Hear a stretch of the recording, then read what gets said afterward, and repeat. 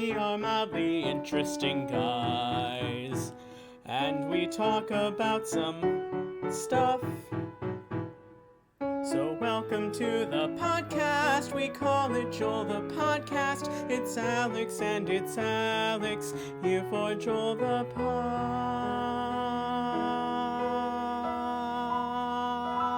Podcast. Bzzz. Hello everybody, I'm Alex. And I'm Alex. And this is our podcast, Joel. Welcome to episode 73 of Joel the Podcast. I'm just watching Nathan take a giant bite into a burger as I say that. I almost took that bite before you started the introduction. That would have been a disaster. That would have been, Alex, and this is our podcast, Joel. Awesome. So, welcome to episode 73. I wanted to start out the video by reminding everyone that Nathan does not owe me $1. And Alex does not owe me $1. And move on to sports. So the Eagles lost this week. That's not a surprise. It's not, but they did put up a close game against the Cardinals. And they have a low chance of making the playoffs still, but it's not out of the question yet. It's not like one of those things where it's like you technically have a chance, but it's never going to happen. It's more of like they have a chance, but it's unlikely. So like a series of events needs to occur, but right. None of them are particularly impossible. So they need 4 games to go their way. 2 of them are their own 2 games that they need to win. But the others, I assume they need the division leader to lose. Yes, they need the Giants to lose one of their 2 remaining games, and they need the Washington football team to lose their remaining game that's not against the Eagles. So, not impossible, but unlikely. So, they might get a decent draft pick, though, at least. They're 4-9-1. Yeah. And that leads us into the next thing, which is the Jets finally won a game this week. I heard about that. And in doing so, dropped a spot in the draft order. So, who's the top draft picker now? So now the Jacksonville Jaguars have the number 1 pick in the draft. All right. If the season ended today, so keep an eye on that. Purdue's basketball has been doing great. Yes. Purdue beat... Who did they beat? They beat Ohio State. Ohio State, right, who was ranked 20 at the time. Yep, which is a great game, good win. And they also beat Notre Dame at the Crossroads Classic, which historically has been a challenging game. Whether we play Notre Dame or Butler, it's always been... I don't know, even when we were much better than this current team is, I feel like we always struggled with those games for some reason. Yeah, so that's true.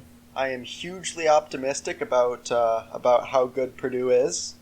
Well, they'll get a number 4 Iowa tomorrow, and before you make your judgments about how that game is going to go, I'll remind you that just 2 years ago, or maybe it was 3 years ago, definitely 2, almost certainly, Purdue tied. This is so confidence-inspiring. They tied the Big Ten record for number of 3-point shots made against Iowa. That's an interesting point, which may hold water if it weren't the case that almost, if not every single player from that team is now gone. There's a lot to judge that statement by, but I just, win or lose tomorrow, but probably win, let's be honest. It's just... All right, so I guess we should probably make some predictions. Yep. So to make it interesting, let's try and guess a margin of victory or loss, as well as guessing whether they'll win or lose. Right. So I'm going to predict that Purdue will lose tomorrow, but will be pretty close. I think they'll lose by 9 points. What do you think? I am predicting... This is tough. Because on one hand, obviously, Iowa's pretty good. True. And on the other hand, I don't know how Purdue will play against them. I would have, honestly, before this week, I would have been more pessimistic. But actually, the last 2 wins we had are good wins. So I think I think Purdue is still a decent team. I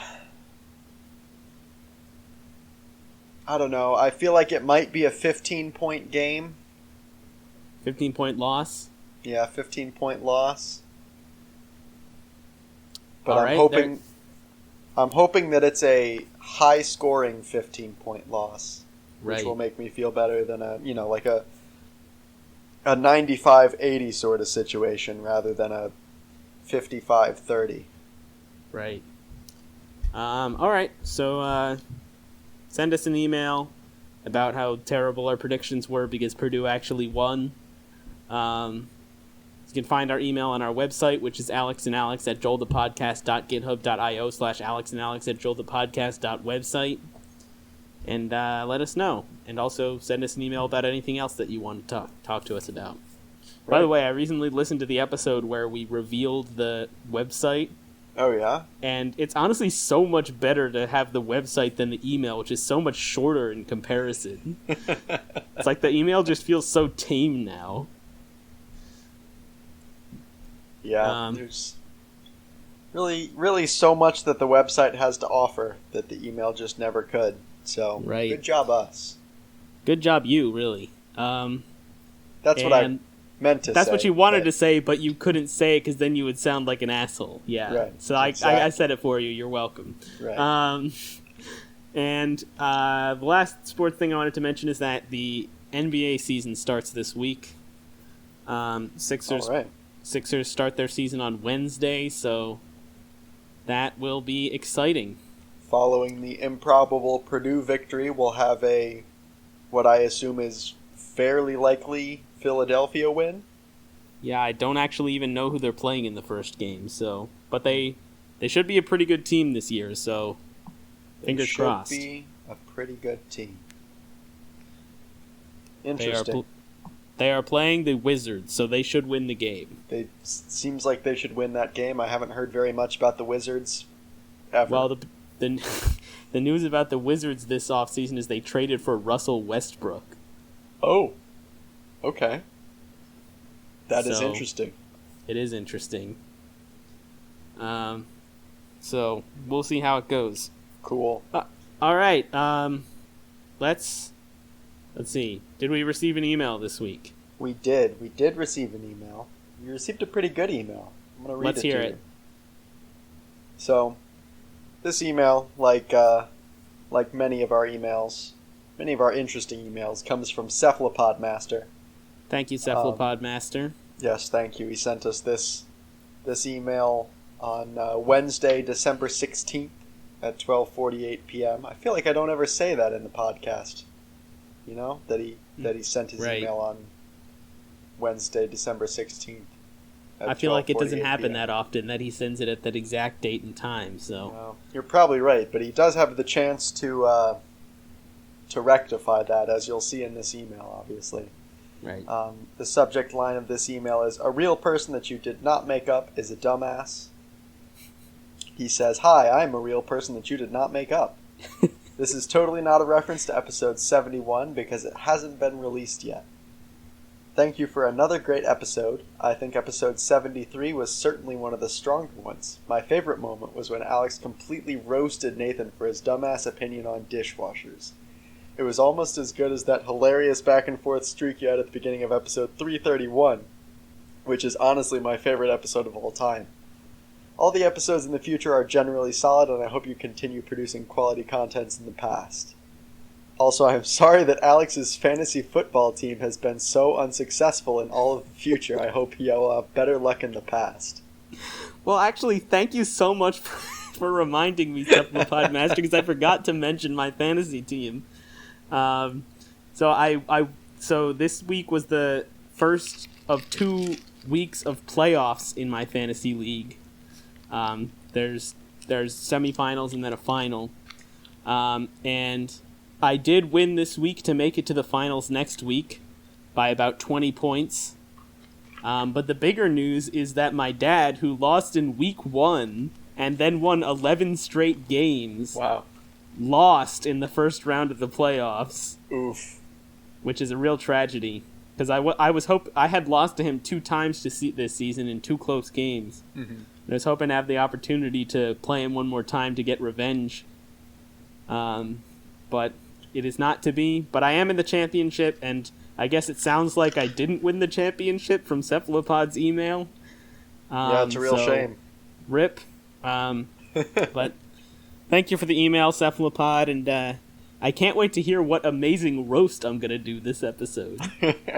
Yeah, it should be a good one. And also, I'm pretty impressed that we're still podcasting by episode 331. Yeah, I just did a quick calculation in my head when you mentioned that, and that's like more than 5 years in the future. Yeah. So, assuming we output an episode every week, which we don't, so it's probably closer to 6 years. All right. Maybe in the future we will, become more successful and quit our jobs to make episodes daily. And this will all happen within the next year. We can react to the fakest gamer ever. React to reacting to the fakest gamer ever. Yes. All right. Great email. Keep them coming. All right. Let's get into the episode. So as we mentioned 2 episodes ago, I believe, and last episode, we'll be doing another advice podcast, as requested by Cephalopod. I don't know if he actually requested it, but he said that this was a good episode when we did it last time. So I think he did request it. All right. So thank you for your request, and we're obviously doing it. So let's begin the episode. So before we get into any of the advice that was emailed to us, I wanted to read this question from r/legal advice on Reddit. And I wanted to preface this by saying that we are not lawyers, and this is not legal advice. Right. But if we were lawyers and if it was legal advice, we would probably be correct. So this question is a little bit somber, so I apologize for making light of it, but it's just kind of absurd. So here's the question. Here's the post of the title is, I found out that I have a fake name and identity. Here's the post body. I did a DNA test recently and started going through a bunch of records online. I found out that I was born in a different country, but I found a marriage license and birth certificate with my mom on it. Though through it, I found out who I assume is my father. The birth date is mine, the birthplace is the same as mine, but the name is completely different. My mom passed away recently, and I found my birth certificate in her stuff. It seems to be a copy or printed years after my actual birth. I'm concerned that I am now responsible for fraud. We've lived in 3 different countries and continents. I got my American citizenship 12 years ago. Is that now invalid? And then, that's basically the end of it. So, what a weird situation. Yeah, it's honestly kind of wild. And so, obviously, this is really terrible to find out. That this happened to you. But I would say, do you have any quick advice before we go on to our actual advice questions?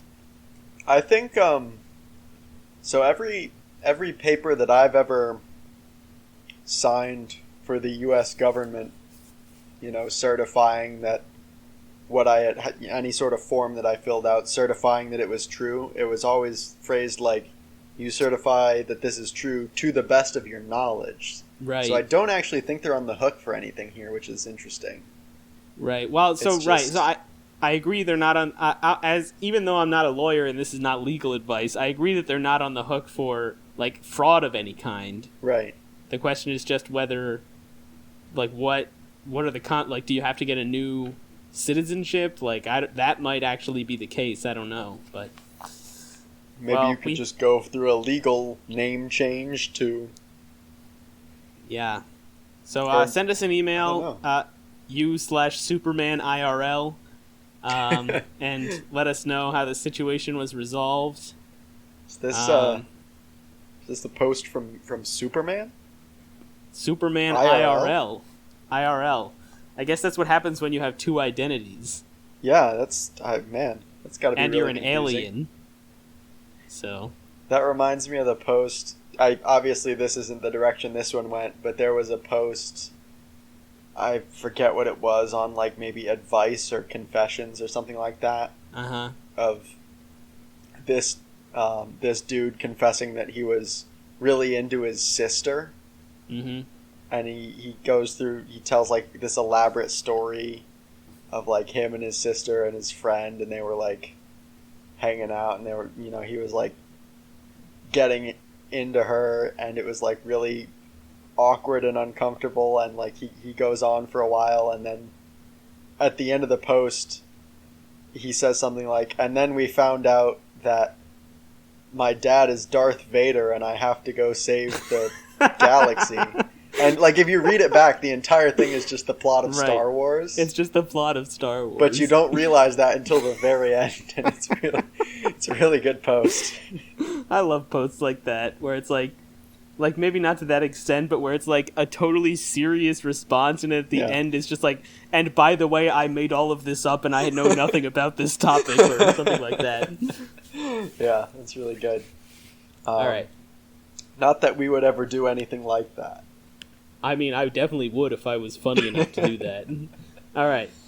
Let's get into our advice questions that we were emailed by real people. Yes, all of these come from very real people sent to our very real email because of all the pleading we've done in the past few episodes to get people to email us, because we're getting more and more desperate as time goes on. Do you think it's fair to say that none of these people are made up by us? I think that could be seen as controversial, but I think we really need to just dispel any sort of doubts right now. That's definitely fair to say. There is no reason that you should even think that maybe these people may have been made up. Frankly, that's pretty insulting to these very real people. Yes. So we apologize to all of the people who wrote in these questions, and on behalf of our listeners who implied that they were not real. All right, so let's begin. Do you want to go first, or do you want me to go first? Let's see. I think you have... Oh, no, you just have 5 questions. Yes. I have 3. So why don't you go first then? So do you want to give a fake name for the persons to preserve their identity? Let's call them Puffs. All right, this email comes from Puffs.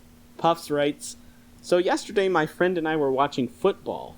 One thing that kept bugging us was that they kept showing the same commercials over and over again. It was really annoying. Do they think that many people buy new cars for Christmas? Anyway, I was just wondering that if you guys had any tips or strategies for being shown the same ads over and over again. Thanks, Puffs. Alright, I think we're going to take a quick break here to listen to our own commercial. I feel like I haven't listened to the commercial enough in the past year. Yeah, I may or may not edit it in right here. Hello everybody, I'm Alex. And I'm Alex. And this is our commercial, Joel. We know our videos are long, and that can be intimidating. So we made this commercial to give you an idea of what our podcast is like. Unfortunately, my laptop's not that good anymore because I've spilled milk on it. There's no coming back when your opponent scores 21 more points than you and the game is over.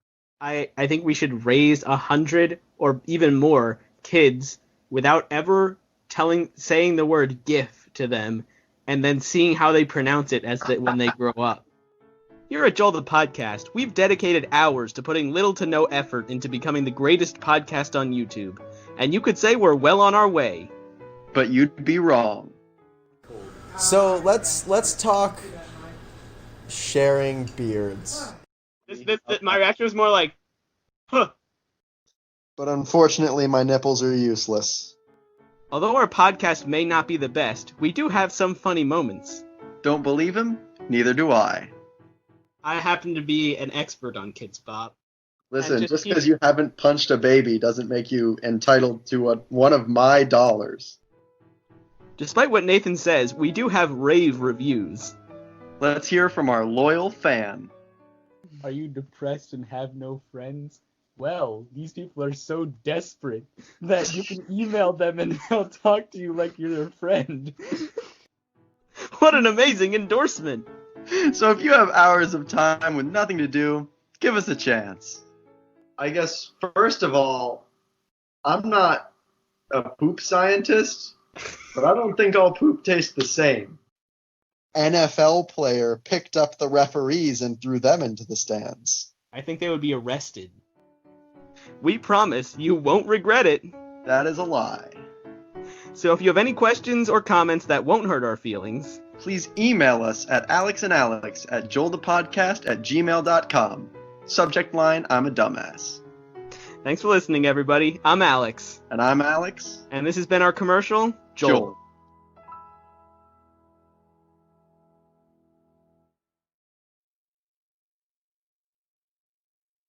Wow, what a great commercial. Yeah. So, all right. So now honestly, that we've got... I think we could just listen to that over and over again, don't you? Yeah, let's listen to it again. All right. Here we go. Hello, everybody. I'm Alex. And I'm Alex. And this is our commercial, Joel. We know our videos are long, and that can be intimidating.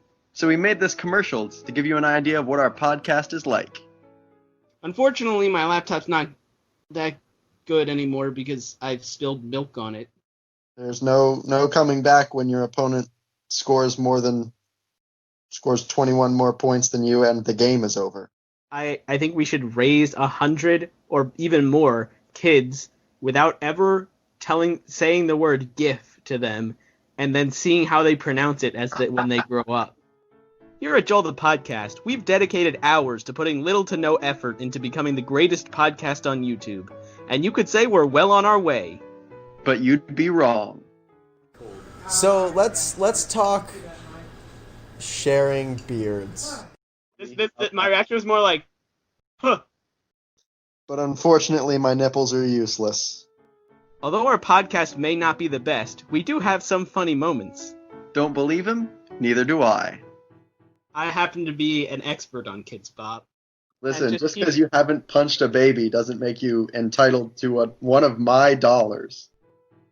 Despite what Nathan says, we do have rave reviews. Let's hear from our loyal fan. Are you depressed and have no friends? Well, these people are so desperate that you can email them and they'll talk to you like you're their friend. What an amazing endorsement! So if you have hours of time with nothing to do, give us a chance. I guess, first of all, I'm not a poop scientist, but I don't think all poop tastes the same. NFL player picked up the referees and threw them into the stands. I think they would be arrested. We promise you won't regret it. That is a lie. So if you have any questions or comments that won't hurt our feelings, please email us at alexandalex@joelthepodcast@gmail.com. Subject line, I'm a dumbass. Thanks for listening, everybody. I'm Alex. And I'm Alex. And this has been our commercial, Joel.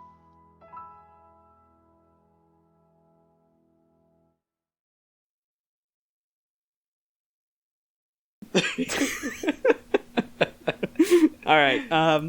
So, what are our strategies for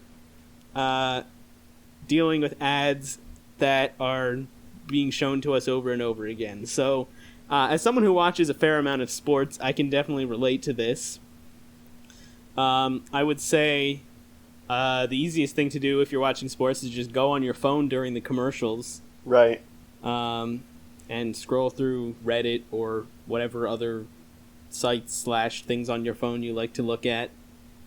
Unless you like to look at ads, in which case, no need to take out your phone. In which case, you probably wouldn't be asking this question. Right. Unless you're really into ads and you're getting annoyed that like the not getting artistic enough quality variety. of like I could see that. Right. Maybe Puffs is like an advertiser. Now you were gonna say like someone who likes ads, but it ended up just being an advertiser. Yeah, no, I mean like if they're in the business, wouldn't you get if your competitors were showing these like crappy ads over and over again?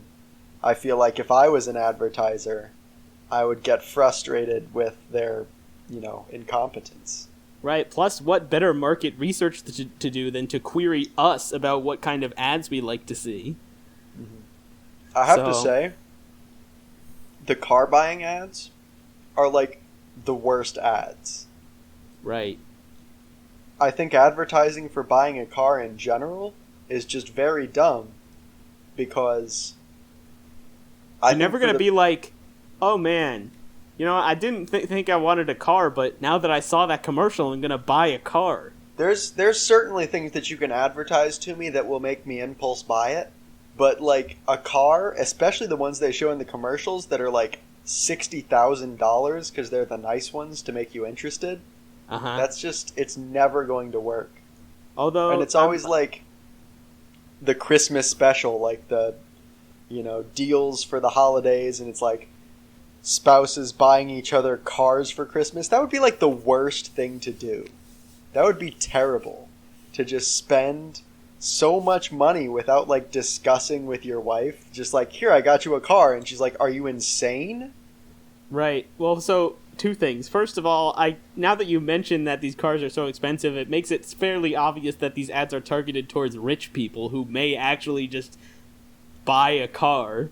Yeah. But second of all, what I say my favorite, not my favorite, because I've seen it way too often, and it's just dumb, but there's one where the wife, I don't know if you've seen it, but the wife comes in and has bought the husband and herself smartwatches, and the husband is like, nice, but watch this, and he bought his wife and himself a car. And so it's like, he not only did he spend money on a car without telling his wife, he spent money on 2 cars, which doesn't seem to be anyone else living with them, so I don't know why they would need 2 cars. I mean, maybe if they were going to 2 different places, but like 2 new cars, really? Did they just have 0 cars before? Maybe. And then imagine being the wife who like bought a smartwatch and for yourself and your husband, and then it's just like he's like, by the way, I got you and me a car each.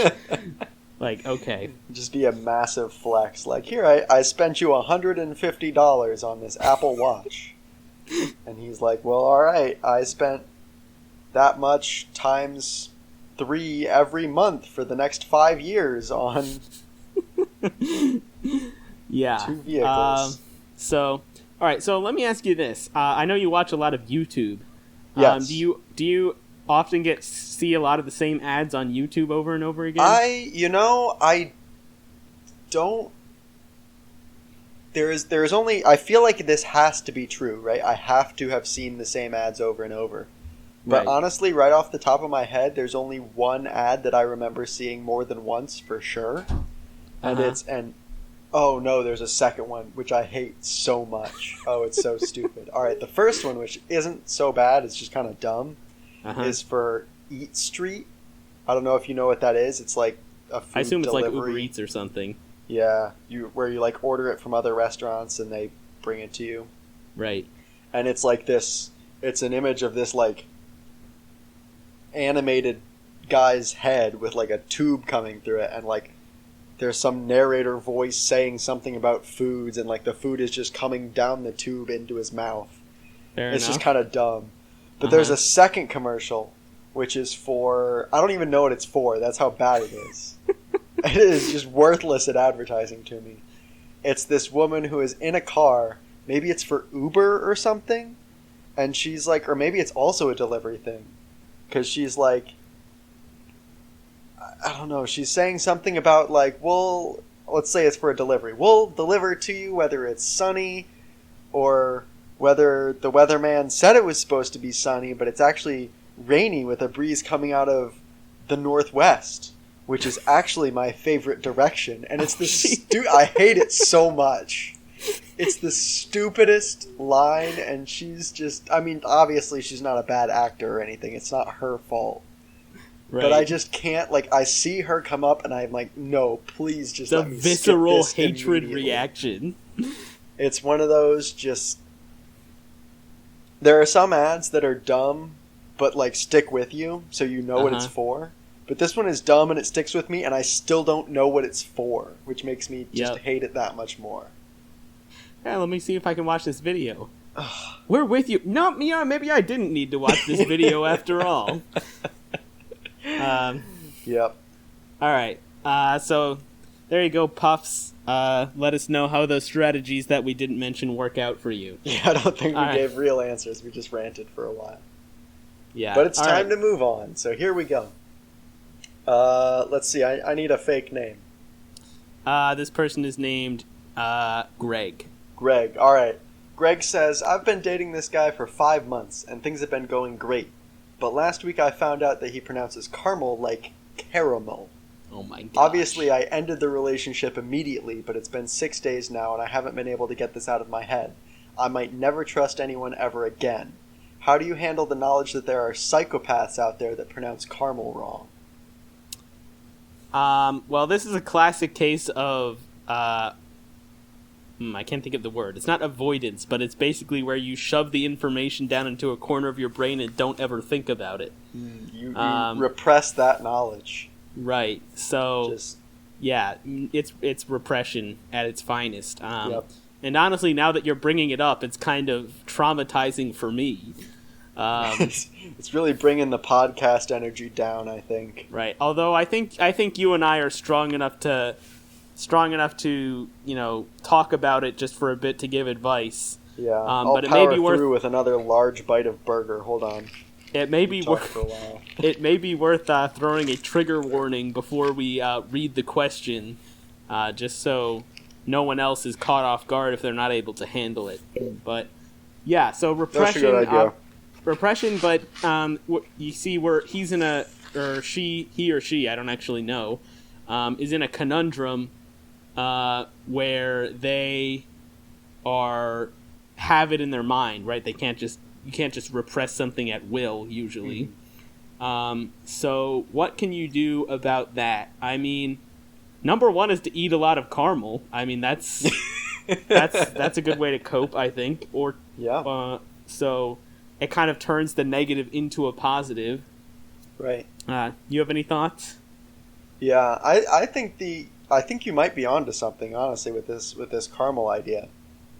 I think you need to go out and meet somebody by, giving them a caramel. Like, say, go up to a guy and just say, here, you want a caramel? And, like, maybe you're interested, maybe that gets him interested, maybe something happens. Right. You built this foundation of a relationship on a caramel. And that very thing which was haunting you has turned into a positive. Right.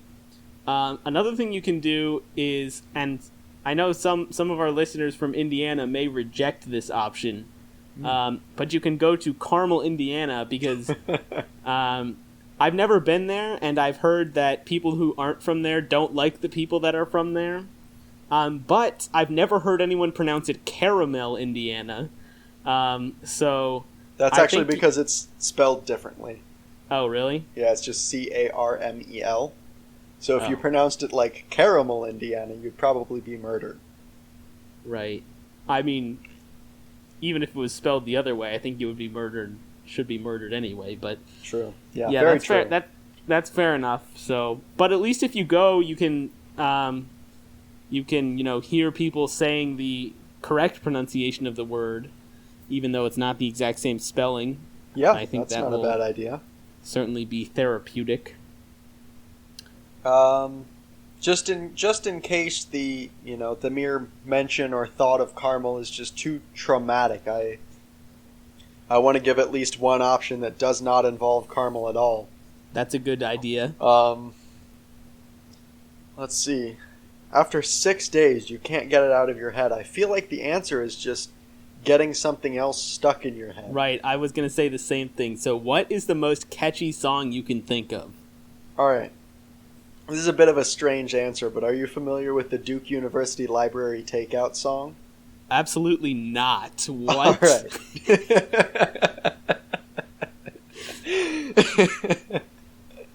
So, honestly, it doesn't really need much explanation. You should go listen to it. But I think for the sake of our listeners, we'll listen to it after the podcast, and I'll just for now say that over the summer, I think maybe it was fairly recent, maybe it was in the fall. Duke University Libraries has created this protocol for borrowing materials during the pandemic. Uh-huh. And it's called Library Takeout.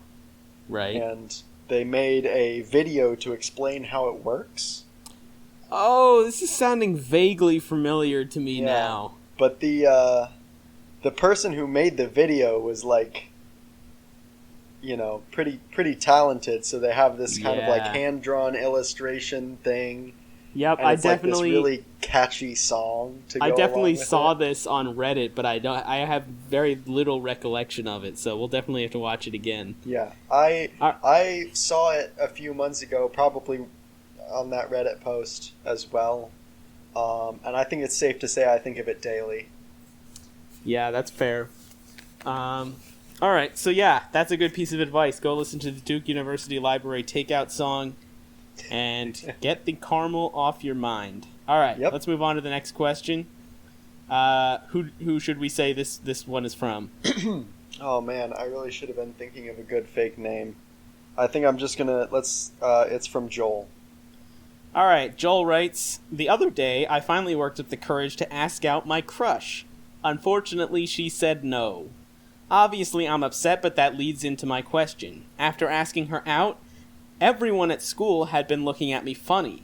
I thought everyone had just heard about the rejection, but I asked my sister about it, and she looked at me funny and pointed out that my hair was totally standing up straight, and I hadn't noticed it for like 2 days. Is there something wrong with me? What can I do to get over my embarrassment? Thanks in advance, Joel." I can't help but think of Joel himself reading this question. Oh man, what a weird thing to imagine him doing. All right, right. So this is an interesting question. Not noticing that your hair is standing up completely straight for 2 consecutive days. Yeah. So let me get this straight then. I assume this is related, which is why I explained in the first part. But do you think she rejected him because his hair was all standing up straight? That's certainly a possibility. Another possibility is the rejection caused his hair to stand up straight. Ah, yeah. Okay. And then there's the third option, of course, which is that they're unrelated events. But but how likely is that? How likely is that? Not likely. Exactly. All right. So let's come up with advice for both options. So Sure. In the first option, where she rejected him because his hair was standing up straight. Right. I mean, and this seems pretty realistic too. Like, I assume that, when he says that his hair had been standing up straight for 2 days, that means that before, it wasn't. Right. Well, it clearly started around the same time because Sure. everyone had been looking at him funny since that event, and he thought it was related. So, but what I'm thinking is, if she rejected him because his hair was all standing up straight, that means he's still got a chance. Exactly what I was thinking. So I think what he should do, obviously it's pretty risky to just, comb his hair flat and try again, because there's always the chance, right, that it just stands back up and you get double rejected, which, right, as is we all even know, more humiliating. Yeah, double rejection is certainly more than twice the humiliation. Absolutely. Especially when you do it for the same reason both times, like a fool. Yes. So I certainly think the safe option here, I say safe in a relative sense, right, is to shave your head and Okay. try again. That's interesting that you would say that, because I was thinking of a less safe option, but was more safe than just combing your hair would be to like wear a hat, or like a bicycle helmet, or something else that will. Actually, you know what? A bicycle helmet would probably be good because it has the strap that goes over your chin. Yeah. So I was a little worried when you said a hat because the hair could just push it off. But a bicycle helmet. The problem if you don't want to shave your head, maybe a bicycle helmet. So a bicycle helmet is you have to find a good one, right? Because some of them have like holes in them, so your hair is just gonna stick straight through the holes, even if the helmet might not come off your head. No, you're totally right. Do they even make bicycle helmets without holes? I mean, they must. They probably, I can't imagine that they don't. So, yeah, maybe look into that, or shave your head. That's also a good suggestion. I mean, either way, it's worth a shot at asking her out again, if you think it may be related to the hair. Right. Obviously, if you know it's related, then definitely try again. If you think it's related, you've just got to evaluate the risk, and I really don't have much advice for you there. So that brings us to the second scenario in which the rejection caused his hair to stand up straight. So, what would you advise in this scenario? All right, so obviously this is a completely different situation. Right. So obviously the response should be to ask her out again. Right. And I would say if you did so, you would want to wear a bicycle helmet or shave your head because you wouldn't want the hair to be standing on end when you did. Yeah. Because here's the thing, right? Like, you asked her out, you got rejected, it made your hair stand up. On one hand, you need to... people were looking at you, kind of laughing, I assume, making fun of you behind your back. Right. Telling you what a worthless piece of shit you are. Probably not to your face, because that'd be pretty cruel. But I don't think it says it in there, but I think we can assume that's what happened. Yeah, you gotta assume that's the truth, because, his hair all stood up after he got rejected, so... Yeah, and he got rejected, and he's about to get double rejected, more likely than not. What an absolute fool. But, assuming that that's the case, you've got to own it, right? You can't just sit there in your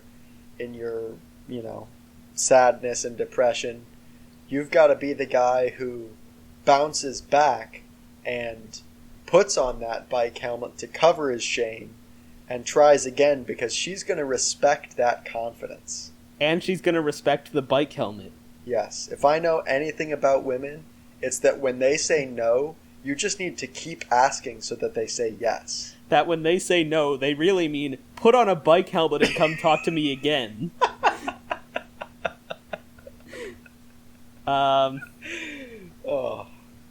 Sorry, I'm just laughing at how brilliant this advice is. Yeah, thank you. Now the more we talk about it, the more it seems like that this is the exact same advice that we gave in the previous situation. Is it really? I mean, you ask her out again. We said that both times. Okay, yeah. When we said both times you either have to shave your head or wear a bike helmet, I think that's the same both times. So, I would say it's the same. You're right. So, either way, ask her out wearing a bike helmet or with a shaven head. All right, you're in luck. This is a one answer sort of question. All right, nice. Next one down. Or next question. I'm gonna say that this question comes from somebody named Water Bottle, which is certainly not something that I just saw around me. Oh no, you discovered how I make up names. Is Joel around? Okay. All right. So we got this email from Water Bottle. I apologize to our listeners. I wouldn't consider this a trigger warning, but it is a little bit heavier of a subject. So sure. Well, I mean, we deal with heavier subjects here on Joel the podcast. So right, we've had our fun and games, but now it's time to take things a little bit more seriously because there's some family issues here. So let's dig in. Water Bottle says, due to factors entirely beyond my control, I recently became the proud owner of not one, not two, but 300,000 ping pong balls. Needless to say, and despite my best efforts, I haven't yet been able to use them to regain my father's affection as I had hoped. In your professional opinions, how many more ping pong balls do I need before my dad will talk to me again? Okay, that's an excellent question. It's very good, yeah. First of all, I want to say that it may have sounded like I was laughing while you read that, and that was actually me crying because I felt so much empathy for Water Bottle here. Yeah, this is a really tough situation, Water Bottle. First of all, before we get to answering your question, I just want to say, from both of us here at Joel the Podcast, we are very sorry to hear about the situation between you and your dad. And I frankly, if this is a greater than 300,000 ping pong ball problem, you've come to the right place because we are professionals. Absolutely, and I do want to say also from the bottom of my heart, email us again after we solve your situation here and let us know how it turned out. All right, because this is one of the more unique situations we've discussed. Yeah. Okay, so he has. So let me just recap it and see if I have it correct. So, for some reason that's not under his own control, he's come into possession of 300,000 ping pong balls. Yep. Which unfortunately he has been unable thus far to use to repair his relationship with his father. Correct. Right. Is there anything else I missed? No, that's essentially all the details. Okay. The question is, how many more ping pong balls does he need? Right. I think we may want to consider, maybe the answer is 0. Maybe there's another path here, but right. More likely than not, we're going to need some more. Right. So my first question is obviously how many foosball balls do you have, or maybe it's just foosballs. How many foosballs do you have? Yeah. Because if you don't have 2-to-1 ping pong balls to foosballs, I would say that you would probably want to start getting more foosballs first before you get more ping pong balls. Right. I mean, obviously that's the first thing that needed to be said. I assumed that because the ping pong ball acquisition was completely accidental, that maybe that didn't cross your mind. But let's be very clear. That's a good point. This 2-to-1 foosball rule is that's some kindergarten shit, Water Bottle. You should have thought of that. I mean, we don't know that he didn't. I think we're just mentioning it just in case he forgot about it. Okay, that's fair. But if you maybe did I was forget a little harsh. If you did forget about it, you deserve not to have a relationship with your dad. All right. So let's assume that he rectifies the situation if it's not already rectified, and he has enough foosballs as well. Yep.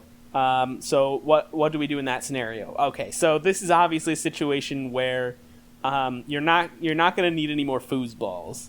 You're going to need more ping pong balls, though. That's for sure. And obviously, you've indicated that you know that based on your question, which is how many more you need. So, I would say that depends a lot upon how old is your father, because more old school type people are kind of more higher ping pong ball count type resolvers. Yeah. I don't know if that's the right word.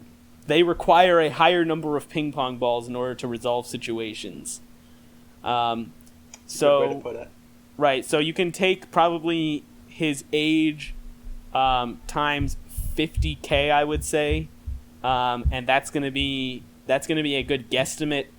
Obviously, I don't know if I missed it, but I don't think we know what the rift between them is.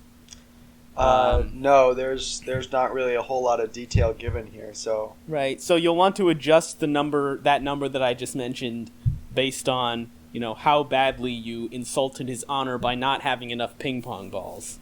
Yeah, that's I think you brought up the age, but I think maybe this is just because we're of the younger generation now, but I think the emphasis is really placed more heavily on the nature of the crimes, as to determine what is needed to mend the relationship.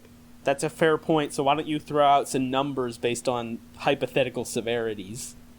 Yeah. So let's say, obviously, just about the lowest insult you can give is just simply not having enough ping pong balls. I think he's probably beyond that point, since at this point he has 300,000. Yep. That's probably not the problem anymore. Yeah.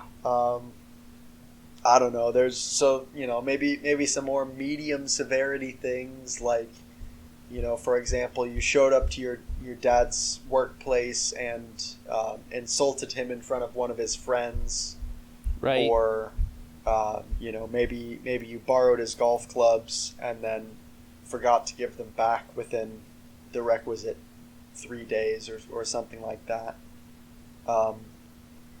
Still relatively minor things, but not trivial. But not trivial, of course. I would say that 300,000 is probably pretty safe there. Yeah, so I would agree with you. Speculate that we're even farther up the pole than that.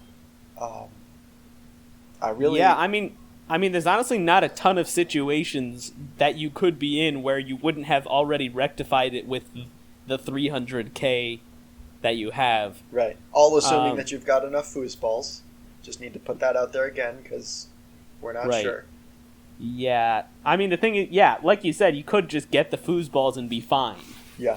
So this is assuming that you have the foosballs already and you're not fine. I mean, honestly, the only thing that's coming to my mind is that he accidentally killed his mother, and that's how he inherited the 300,000 ping pong balls, and that's why his dad is mad at him. Is that maybe this entire question is a lie?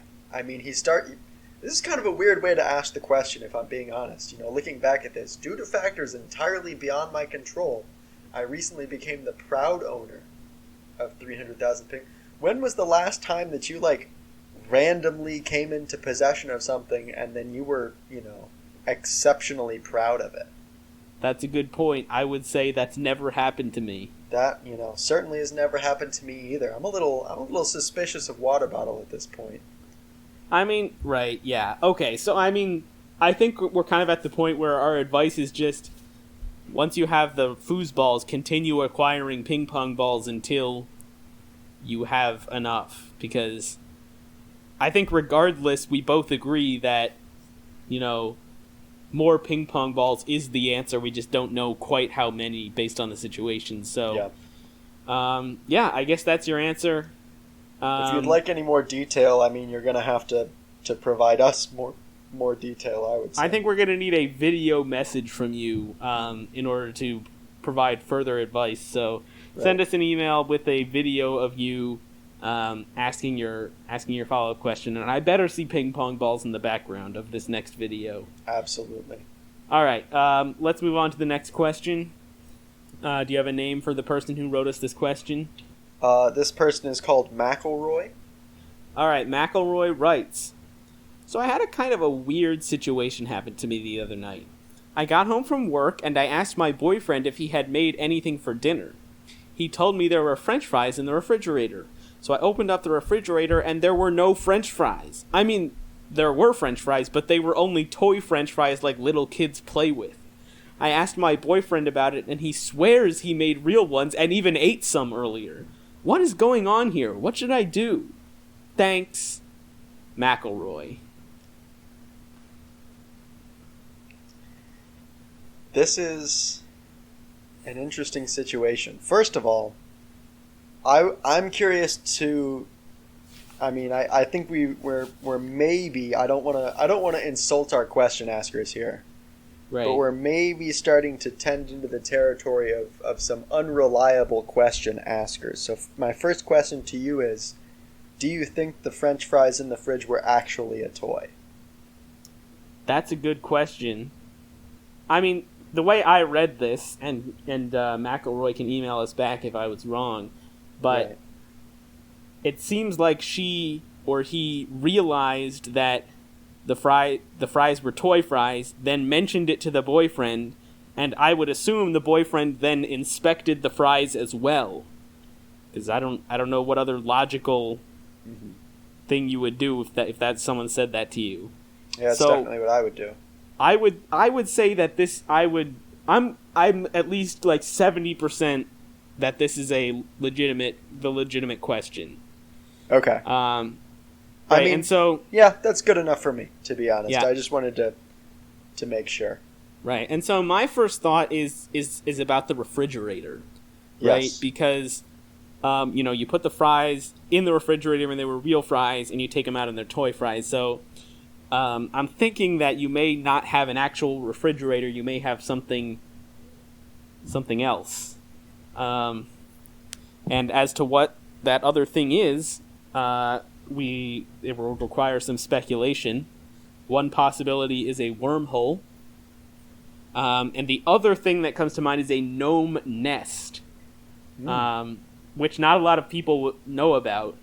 But gnome nests can look like really any number of storage-related items. And they often result in things like this, where the gnomes will play tricks on you by stealing an item from the storage and replacing it with something else.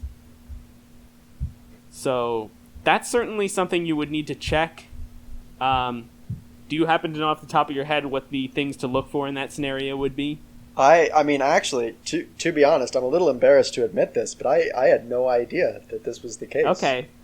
Yeah, I mean, it is a pretty little known thing. Yeah. And it is kind of rare, so it's possible that that's not what's going on here. It's incredible that we get to learn so much on this podcast. Yeah, let me just look it up real quick. Sure. So let me while you check into that, I'll give my speculation, or at least the first thing that came to my mind. I am wondering, was it mentioned in the question whether this was in an apartment? The question says, let's see. It doesn't. It actually does not say in the question. Okay, maybe I don't know. Maybe I'm just predisposed to thinking that people live in apartments since I do. Right. Yeah, I mean, it's certainly a possibility. Why did you ask? My first thought was just that this fridge actually has doors on both sides, and it's placed, on a wall that's shared between two apartment units. That's and a good someone thought. else had taken the fries and eaten them, Right. and then heard through the wall that McElroy had gotten home, and the boyfriend was telling them that there was fries in the fridge. So in a panic, they found Replaced it with the best replacement they could find, which lucky for them was fries, but unluckily was a toy. Right. Okay, that's fair. I'm just going to interject here real quick. I looked up the signs of the gnome nest, and the main ones are you will see gnomes running around your house or apartment. So just keep an eye out, and if you see any gnomes, I think that your answer is pretty clear. Right. That does seem to be a pretty strong indicator. Obviously, right. I'm not very experienced, but just kind of from a layperson's perspective. Right. Okay. So you mentioned the two-sided refrigerator. We mentioned the gnome nest. Yep. I know you kind of brought it up at the beginning, but it would probably be good to maybe try and bite into one of the fries to make sure it's actually a toy and not a real fry, and you're not just high. Because that's also something that I could definitely see being the case here. Are you wearing glasses, or maybe should you be wearing glasses? Yep, that's another thing to ask. Very important question. Worth checking with yourself a few times a day whether you're seeing things correctly. Right. Okay, and then I would say if it's not any of those things, you're going to want to contact a professional to look at this. Hopefully you still have the toy fries. Right, and obviously it's going to be kind of on the expensive side for something like this. Right. So hopefully you have an emergency fund or some other means of paying for this, because otherwise you may just need to move. Yeah, I mean it's certainly difficult during the pandemic to be financially stable enough to have a professional fry investigator come. But if you happen to be fortunate enough to be able to do that, that's great. I would definitely, even if you think you know, I would definitely get that second opinion. Otherwise, yeah, just abandon the home, go somewhere else. Right. All right. Let's go on to the next question. I've decided that this next question comes from Evie.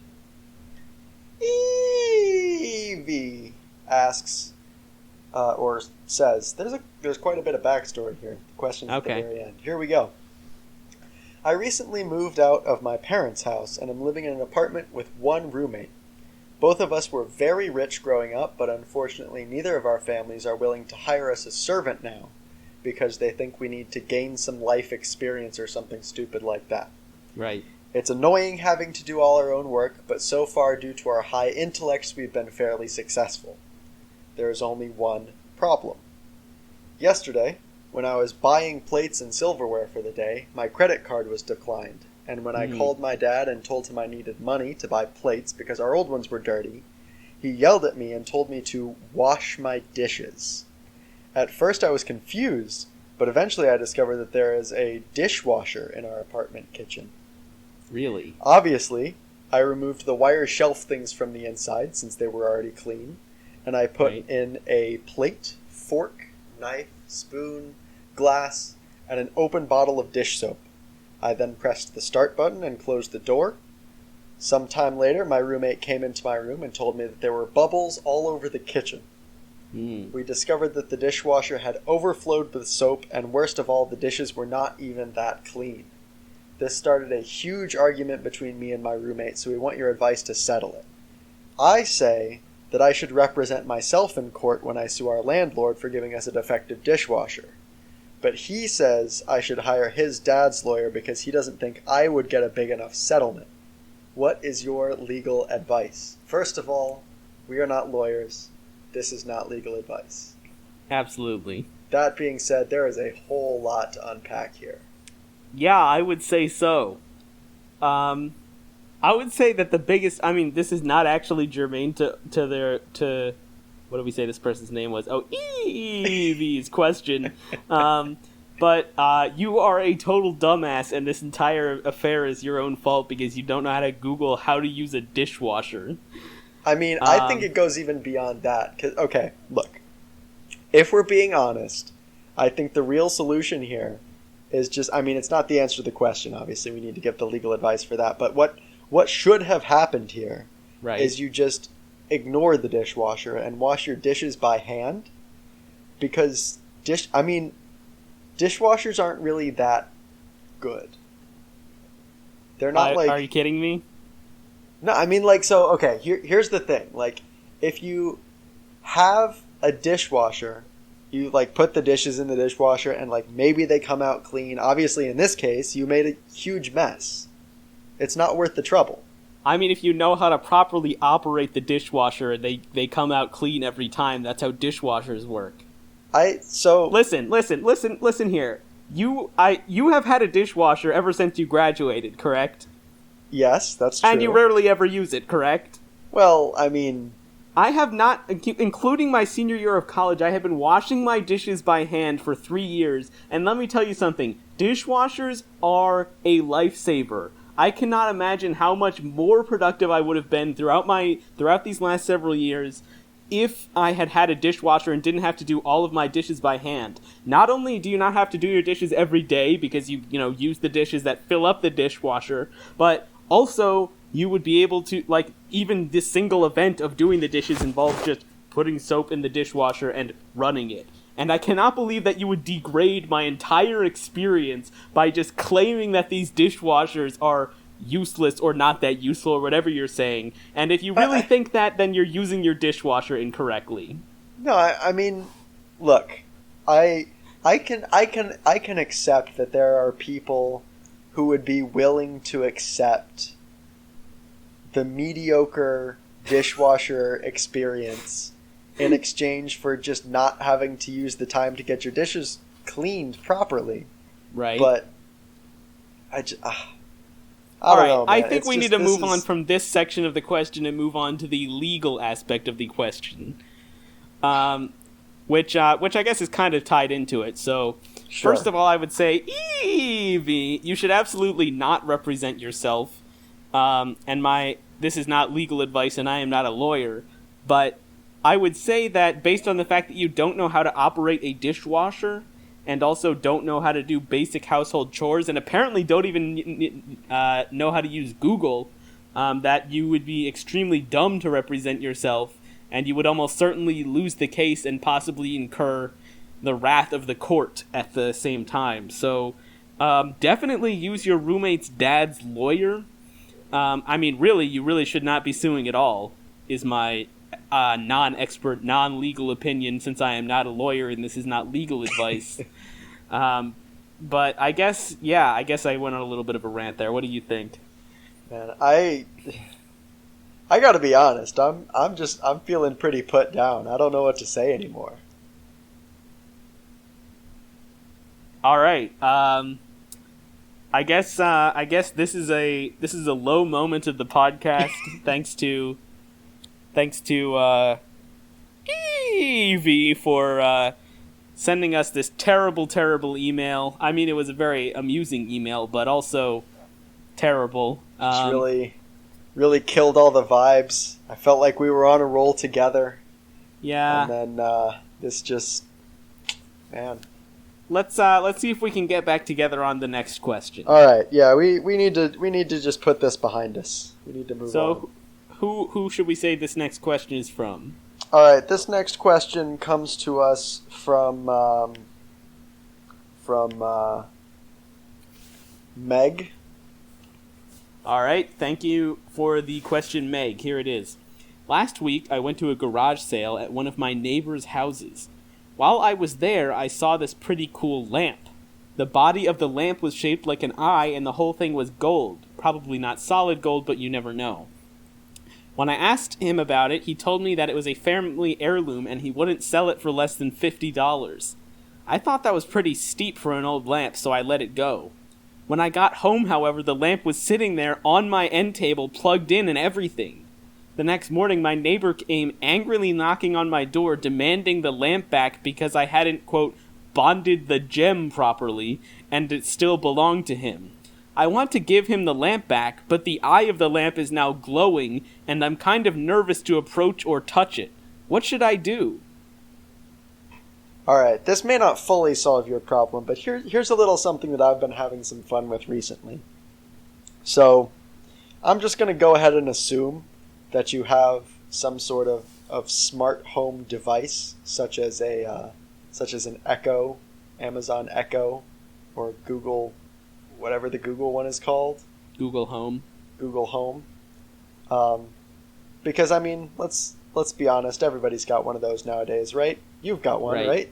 Nope, but carry on. All right. I mean, so in a small sample size, not everybody's going to have one, but in a larger sample size, everyone except you would have one. So. This is like the Jake and Amir bit where he's like, "Hi, I'm Amir Blumenfeld." Well, I'm Amir. Everyone's name is Amir Blumenfeld. What's your name? Jake Hurwitz. Bad example. It's exactly like that. So, but here's the thing: what you can do is there's these little plugs that you can get that plug into the outlet, and then your thing plugs into that. Right. And then you hook that up to your Wi-Fi, and then you can just tell your Amazon Echo or Google Home or whatever to turn the lamp on and off. That way you won't need to approach it or touch it. You can make Alexa do the dirty work for you, and any sort of curses would be placed on presumably Amazon and or Jeff Bezos, which he can probably handle it. Right, so I'm glad we came together on this question because I have to 100% concur with you here. Because it's honestly, so let me just give a little bit of background on what's going on here. Yeah. So this lamp obviously belonged to a wizard, right? And then the wizard died. Yep. And once that happens, you can't own the lamp yourself until you bond the gem that's in the center of the lamp, like the pupil of the eye, which is obviously what the neighbor is talking about here. And so what happened is when you saw the lamp and inquired about it at the garage sale, the lamp heard you and kind of just assumed that you would be acquiring the lamp, and so did the hard work for you and showed up at your house. But it turns out you didn't buy the lamp and therefore didn't bond the gem, and that's activating the security safeguards on the lamp. Right. So this is something. The thing is, when the curse was applied, the wizard made the curse. He obviously didn't know about Amazon Alexa because it didn't exist at the time. So this is absolutely the right move that you mentioned. That will prevent you from taking any curses or anything like that, and you can return the lamp to your neighbor safely once you have Alexa turn it off. Right. And I think that should take care of it. Certainly hope so, because if that doesn't work, then you're going to need some some bigger authorities than us to deal with it, and I just don't know that exists. Yeah. All right. Good luck. You're in a tough situation. Yeah. Good luck, and let us know if you. Actually, don't let us know if you incur any curses, because then they might be transferred onto us. So yeah, if there's one you're on person your I own. don't want to receive an email from ever again, it's you. No offense. All right. So thank you to. What did you say the person's name was? Meg. Meg. Thank you, Meg. Yep. All right. So this last one, I won't ask you for a name because this person actually included their name in the email. Oh, nice of them. I think maybe more people should do that. Yes. So here is the final question that we're going to deal with this evening. Yeah. Greetings, podcasters. My name is GX927 and I have a problem I think you may be able to advise me on. In my previous nocturnal cycle, some of my pet crabs escaped their enclosure and started gnawing at my furniture. Obviously, my laser defense system took care of them before my dog noticed, but I now have several thousand dead crabs strewn about my living quarters, with no way to dispose of them. I must get rid of them within the next 72 hours, or my brother will find out, and he will claim ownership of my dog according to reverse birthright. How can I quickly remove these crabs from my apartment without my brother becoming aware? You know, it's funny when you started reading this, I thought, man, there's something funny about the way this guy is writing. But then you mentioned reverse birthright, and it clicked. Of course, he's Canadian. Right. That's exactly what I was thinking. Yeah. That's for me. funny. It was when he mentioned the crabs, because I don't think anyone else keeps thousands of crabs as pets outside of Canada. So no, that's probably true. Yeah. Now that I'm thinking about it. Cool. Well, so how do you dispose of thousands of dead crabs? Right. I mean, does the laser defense system have a higher setting potentially? I mean, it might smell bad, but you could probably burn at least some of the crabs. That's honestly a fair point. That's a good strategy. You have to be careful, obviously, of burning down your house or apartment. Right. And if you do set the power too high, I assume the brother lives with GX927 That was too many E's, but you're close. Oh, darn. I even switched tabs to look at it. It's just when I started saying E, my brain just didn't bother stop. to try and count. Right. Anyway, carry on. Yeah. So I assume they live together. So if you do set the laser powers too high, I think it'll become noticeable that something strange is happening. So it's interesting that you would mention that you would assume they're living together, because I actually kind of gleaned from this email that they don't, because he has 72 hours to remove. No, you're the totally crabs. right. That's yeah. Whereas if his brother lived with him, then he would have less time. Yep. Okay, I read that wrong then. So I think increasing the laser power is maybe not the best option objectively, but it's probably a pretty safe option, I would say. Yeah. And I think another thing to consider is that you can just throw the crabs out the window Yeah. Which, obviously, it's going to be suspicious if there's a pile of crabs at the bottom of your window, but there's probably not enough legal standing for the brother to be able to claim the dog. Yeah. Like, there's no real way to prove that it was from you. So I would say that's another kind of. I'm thinking you're going to want a kind of a combination of the two solutions. Right. So I think the key here, and why I do think that your idea is a pretty good one, is that this does say that some of the crabs escaped the enclosure. So we're still dealing with, several thousand crabs in an enclosure. It's just that it used to be many more thousands. Right. So certainly noticeable if you're looking closely, but you may be able to get away with it. All right, now that we've answered his question, I just wanted to say how kind of lucky it was that his dog didn't notice the crabs escaping and gnawing on the furniture, because it could have been pretty bad. I mean, I don't think I need to tell anyone how that could have turned out. So no, we did gloss over that, but I totally agree. That is a big bullet dodged there. I would let's just say I'm glad we got this email and not the one that would have come our way if the dog had noticed. I'm glad we got this email and not thousands of crabs invading the United States. Yeah, thanks Canada for your effective laser defense systems. Yep. Keeping the U.S. crab free since 2003. It's like, that's another Jake and Amir that made me think of, is he asked him, he's like, how much did you pay for that? And he's like silent for a minute. He's like, now I know whatever you say is going to be a lie because you took too long to answer.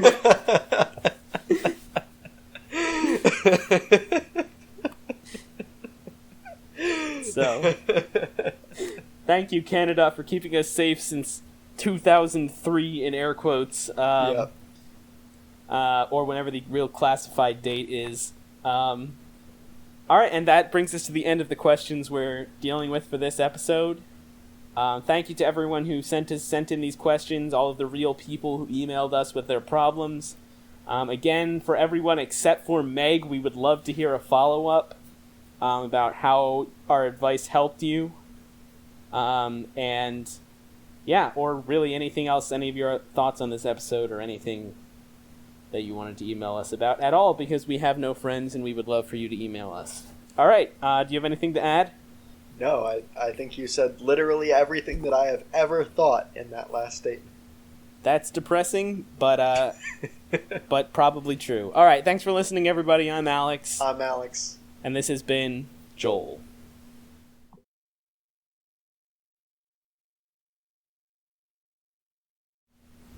All right, we should probably come out of the next break like laughing or something. Do you have anything? No, we have to something like that's a fake laugh. You have to have something funny to say. Oh, I don't know. You can't just say what's something funny to say so that we're laughing. Hey, here we go. What's the opposite of a gorilla? Oh, stop. Stop, Rilla. What a hilarious commercial. I can't believe that worked.